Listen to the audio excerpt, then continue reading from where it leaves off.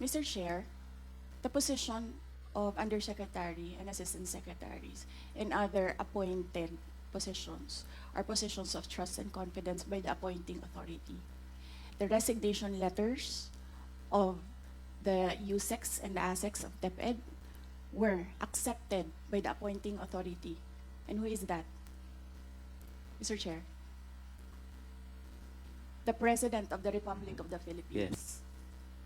It is not the Secretary of the Department of Education. So you ask the President of the Republic of the Philippines why he accepted the resignation of the USEX and the ASEX.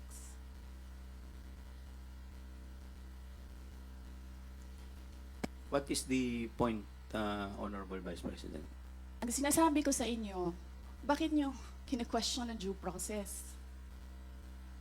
Tanungin nyo ang appointing authority, bakit niya tinanggap ang resignation letter?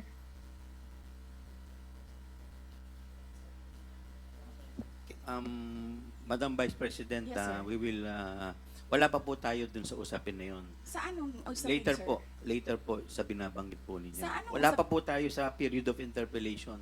Bubuksan ko pa lamang po ang period of interpellation. Yes, sir. Nandoon na kayo sa topic. Hindi po tayo nag-i-interpellation Madam ngayon. Vice President, nag-uusap po muna ang mga miyembro.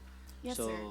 please do respect yung Yes, mga... I am very respectful. I am dovetailing from Congressman Marcoleta. The appointing authority is the President of the Republic of the Philippines. Why are you questioning due process in a discussion of resignation of USEX and ASEX?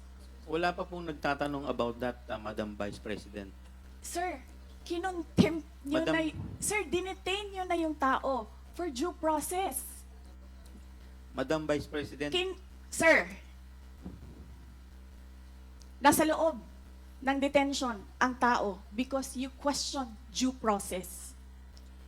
Asaan ang explanation ng due process ninyo doon?